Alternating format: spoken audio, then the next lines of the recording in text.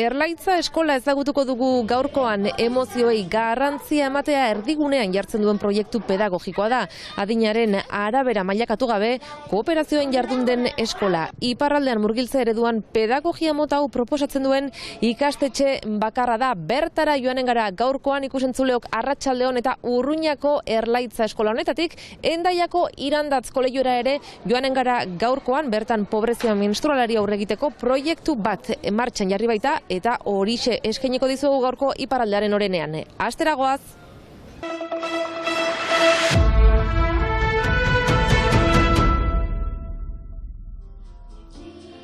Aurra pedagogiaren erdigunean kokatzen du Urruñako Erlaitza eskolak. Aurren ongizatea ardatz hartuta emozioi garrantzia ematen diete komunikazio ezbortitza erabiliz. Iparraldean murgiltze ereduan pedagogia mota hori proposatzen duen ikastetxe bakarra da. Nahi dugu haurren ongizatea bermatu. Gero guretzat biziki garantzitsua da kooperazioa, hemen ez dago notarik, saiatzen gira alik eta gien inorez konparatzea. Orduan horrekin borrokatzen gira, zentan oski gizarteak ez ditolako baloreak ekartzen.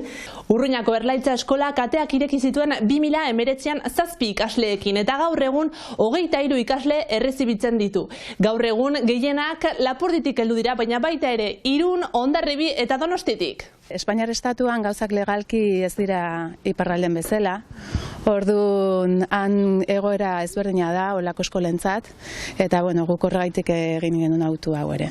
16 familiek beren seme-alabak eramaten dituzte Erlaitza eskolara eta haientzat proiektua opari bat baizik ez da. Jakite eramaten duzula zure auja, toki eroso batera, nun bere emozioak entzunak izango diren, nun ikasiko duen bere ritmora, bere izaera errespetatua izango den, eta nun ez garen bortxa saiatuko molde batean sartzen, eta niretzat izan da xantza handi bat. Hau ez da ohiko eskola bat, ikusten duzuten bezala. Oso eskola txikitxoa da, giro oso goxuan bizi dira hemen egun osoan. Niretzat oso importantena da emozioak asko zaintzen direla hemen, txiki-txikitatik, eta beraien ikasteko erritmoa eta interesak asko respetatzen dira ere. Orduan hori niretzat zoragarria da, eta horregatik gatoz, egunero handik.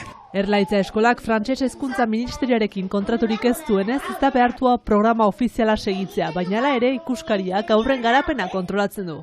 Ama eskolan jolas librea oso baloratua da. Ikasgaiak sartzen dira errango nuke auja hartu gabe. Motrizitate joko sakon bat egin eta, ikusten dugu auja errelasatua, lasaiago dela, eta hor errango dugu agian duzira nerekin, ikasiko ditugu letra batzuk, eta oso naturalki baiet, eta berez aujak ikasteko gogoa dauka.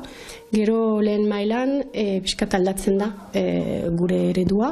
Oso garantzitsua da idazketa eta irakurketa prozesu hori eramatea gero haien edozein proiektuak garatzeko, orduan hori oinarrizkoa da.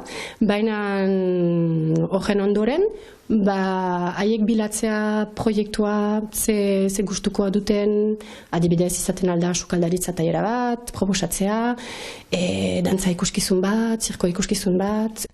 Eskola pribatu honek zailtasun ekonomikoak bizitzen ditu langileak kontratatzeko laguntzak aldatu dituelako frantses estatuak.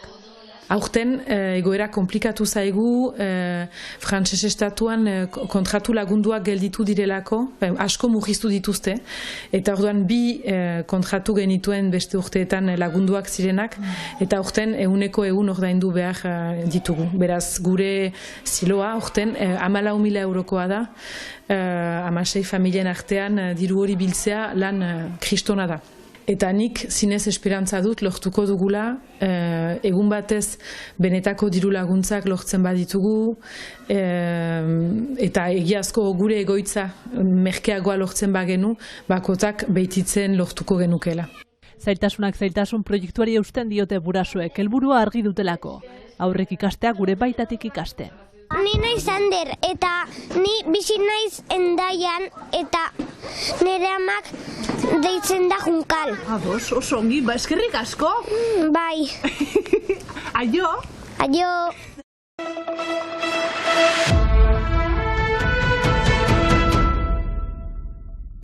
Pobrezia menstrualari aurre egiteko Pirinio Atlantikoetako departamentuko 7 eskoletan horrelako makinak eta kitak jarri dituzte. Konpresak eta tanpoiak doan emateaz gain, lehendabiziko hilerokoa izena duen kita hau ere banatuko dute. C'était la gratuité effectivement des protections hygiéniques. Doakoak dira eta hori garrantzitsua da, kostu bat dutelako eta berdintasuna bermatu behar dugulako. Fournir des protections hygiéniques et notamment dans un cadre où il est nécessaire.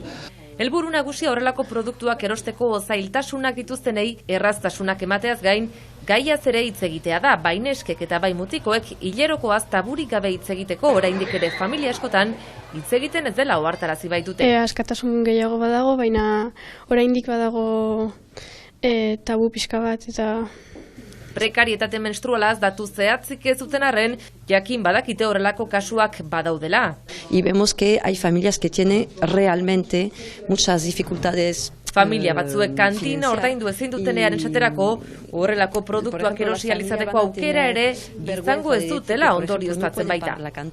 Y más vergüenza todavía si te van a decir que no pueden tampoco pagar eso para las niñas. Horrelako bi makina jarri dituzte sarreran eta erizainaren gelan. Joaten gara eta galdetzen dugu eta ematen digute.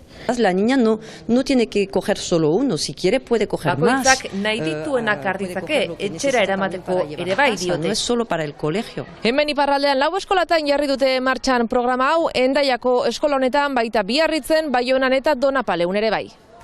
Eta askotan gertatu ohi da baita ere, lehendabiziko aldiz hilerokoa eskola garaian izatea. Horregatik, une horretan laguntzeko eta aholkuak emateko erizainak horrelako kitak ditu prest. 2 urteren buruan, bilana egin eta eskola guztietan orokortzea da xedea.